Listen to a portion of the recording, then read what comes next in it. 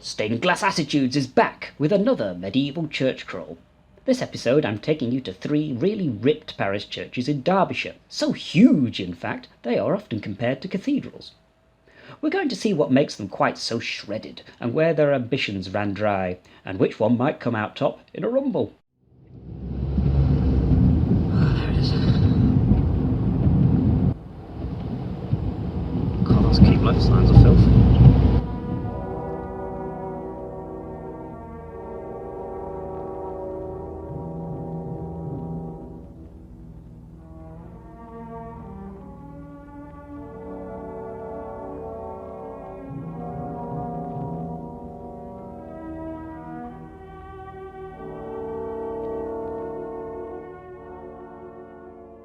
St Oswald in Ashbourne really is colossal for a parish church. It owes this grand scale to having the status of a prebend of Lincoln Cathedral. A prebend is where the tithes, a tenth of everyone's earnings in the parish, go to a cathedral canon to support him financially. And prebends always had particularly good tithes, as this remarkable mid-16th century map, drawn up to solve boundary disputes in the parish, demonstrates. In return, it wasn't uncommon for prebendal canons to give something back to the church in the form of ambitious architecture. This chancel, the oldest standing part of the church at Ashbourne, was built sometime in the second quarter of the 13th century. At over 24 metres long inside, Ashbourne has one of the longest parish church chancels in the country. It's not a particularly decorative interior, although its tall twin lancets make for a particularly noble and memorable space.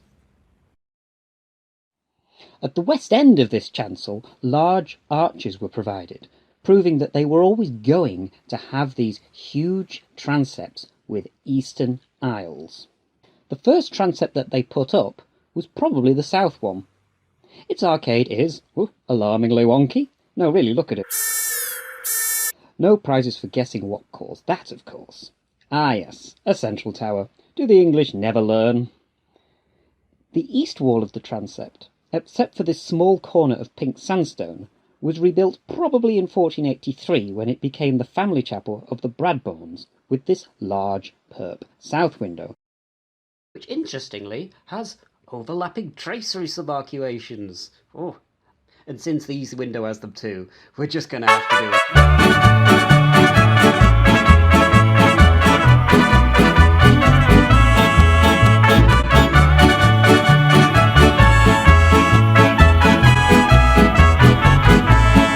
The north transept, however, retains its 13th century east wall with impressive triple lancets, perhaps trying to outdo the chancel. It wasn't built in the same campaign because you can see that the plinths don't match up. You can nearly always rely on medieval masons to give themselves away by sticking stubbornly to their own plinth templates. Inside, the lancets are decorated with that most English motif, shafts and shaft rings. Hashtag shaft rings. Why not log on to Twitter to check out the latest shaft-ring related content? Oh my... The nave, though, is where ambition or money starts to dry up. Although there is this lovely arcade with beautifully carved leaf capitals, there's just the one. Yes, there's no north aisle. Weirdly, the north wall does not abut the tower, which instead has a sort of buttress you'd usually only see on the outside, propping it up. Ashbourne is vast. It's the sort of church you might hear lesser church writers say has a cathedral-like grandeur. Yet it is not built in the same language as cathedrals. It is strictly parochial. It only ever has a 2-storey elevation, an arcade and clerestory, no middle story, like most English cathedrals have. Each part of this building really only ever uses one idea and runs with it, whether it's lancets, shaft rings, tracery, whatever. It's just a lot bigger than usual. And that's the thing, while a cathedral might have dozens of good ideas, a parish church usually has at least one, and there's a lot more of them out there. Oh, I bet that's a new Audi. Or a little.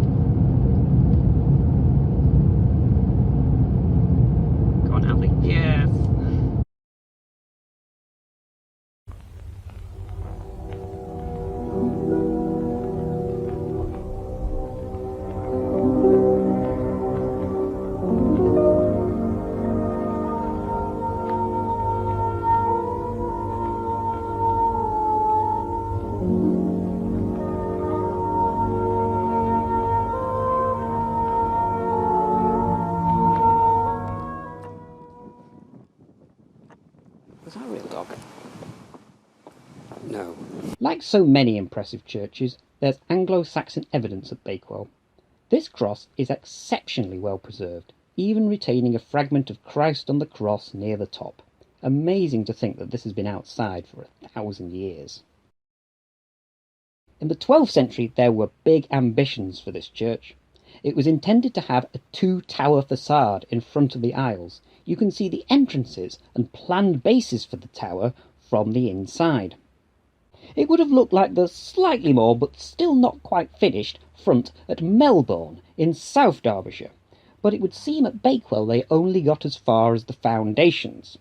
Instead, they built up the end of the nave as a west front, including this fancy intersecting arcade, which has sadly mostly been destroyed by a later window insertion, but it probably would have looked something like a smaller scale version of the west front at Castleacre Priory.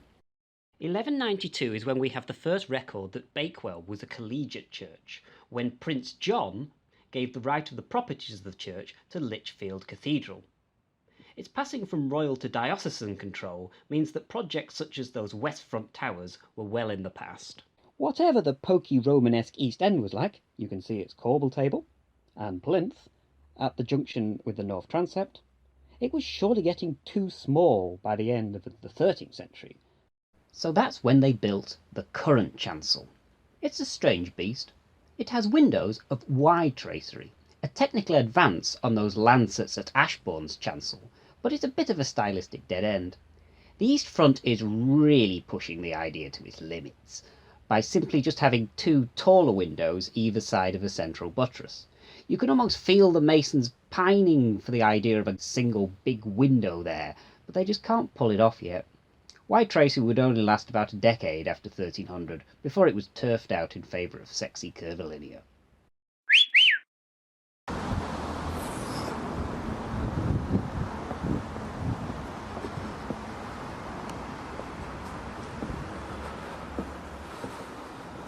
Well, this is certainly a church that knows how to make an entrance. Ugh.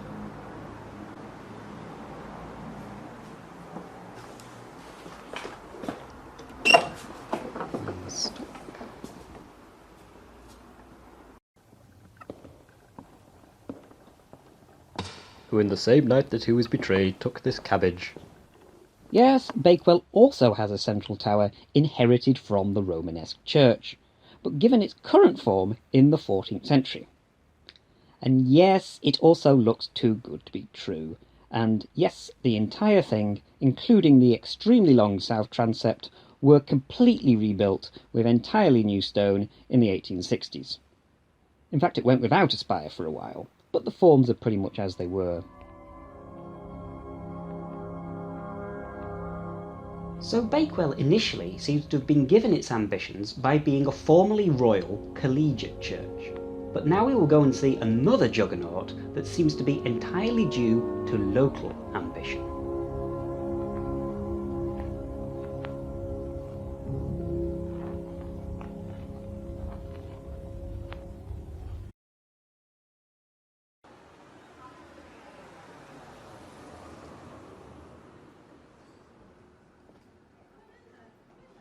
Oh, they got a co-op.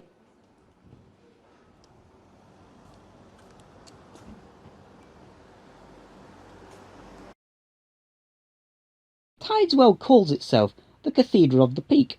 It's even on the road signs, but there's very little about the architecture that is cathedral-like.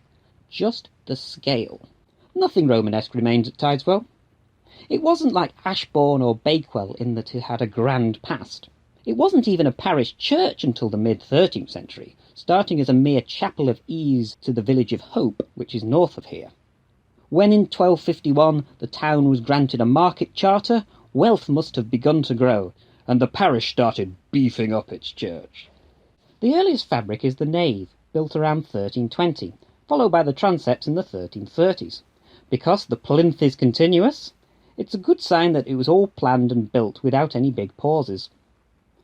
These transepts, like Ashbourne and Bakewell, would provide space for family chapels where chantry priests would pray for their souls. They have a crossing space, but no tower there, thank goodness. Instead, Tideswell, in the true parochial fashion, built its tower at the west end of the nave, where it was much less likely to fall down and cause trouble. Inside, it's a two-storey elevation with a clerestory, although having a built-in clerestory was quite a rarity in the early 14th century. The chancel was built in the 1360s. Now this is only 10 years after the Black Death, and this isn't usually thought of as a time when there's many ideas going round in architecture. But this simply isn't true in the North West Midlands where we are now. Tideswell's chancel has these extremely unusual, square-headed rather than pointed windows. The roof scar of the old chancel, almost certainly built up against by the nave in the 1320s, can be seen when you look backward from the chancel towards the rest of the church. It was narrower, shorter, and altogether the disjunction in scale between the nave and this previous chancel must have been quite distinct. Because in a parish church it was generally agreed that the lay people looked after the nave, while the rector looked after the chancel. The rector of Tideswell was, Lichfield Cathedral, and the last thing that big cathedrals did was go around just throwing money at random parish churches for the sake of it, a bit like today really. So it seems that one local man, John Foljambe, was determined to get it up to scale with the rest of the building. His brass in the chancel declares that he did much good work around the fabric of his church. He must have dipped into his own pockets, yes, but it would be a collaborative effort. Whether he ever got the rectors at Lichfield Cathedral to put in anything, though, is another matter. The chancel at 4 bays long is of collegiate scale. It's possible that Foljambe has unrealised ambitions to turn it into a college that never materialised. It has fancy sedilia, as you'd expect, but the east reredos is a most unusual feature. It screens off the east end of the chancel, seemingly as a vestry. I managed to get these pictures from behind it. Now, more of these arrangements must have been destroyed when altars were taken down in the 16th century. There are a few other examples like this surviving. Now, sacristies are usually stuck onto the north side of the chancel, but perhaps this was a good way to use the length in a town that really didn't need a chancel this big. So out of these 3 ripped churches, which is the beefiest? Well, off sheer size of chancel, it's Ashbourne, at a whopping 24 metres long, with 10 metre high walls. Bakewell's chancel comes up short, only a bit longer than your average late medieval example, but Tideswell is an impressive heavyweight at 18 metres, and approaching 10 metres in wall height. On steeple, it's Ashbourne that wipes the floor with the competition. From the base of the crossing tower to the tip of the spire, it's 64 metres, while at Bakewell, that measurement's only 55. Tideswell is a very average height. Its pinnacles make it look a lot taller than it is. Ashbourne again has the brute advantage in the crossing area with 2 sets of 2-bay chancels, count them baby, with Bakewell fighting fit as its 1 3-bay aisle south transept. Tideswell has no aisles to equal these 2-bay transepts. On naves we're on more equal footing. They all have 4 bays, but Ashbourne's Achilles heel is here in that it only has that 1 aisle. And Bakewell's just a bit boring and mostly Victorian.